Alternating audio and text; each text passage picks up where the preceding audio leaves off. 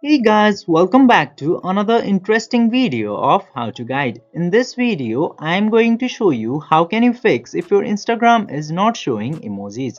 So without any further ado, let's dive right into this exciting video. Now, in order to solve this problem, the first thing you should do is to check your internet connection.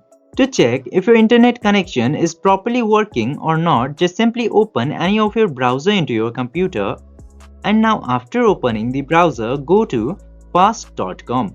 In fast.com, you can check the current speed of your internet connection into here.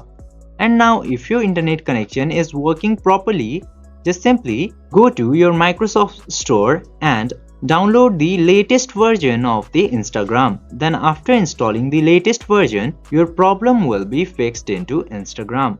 I hope this video was helpful for you. If yes, don't forget to like, share and subscribe to the channel to never miss another update. Thank you for watching the video.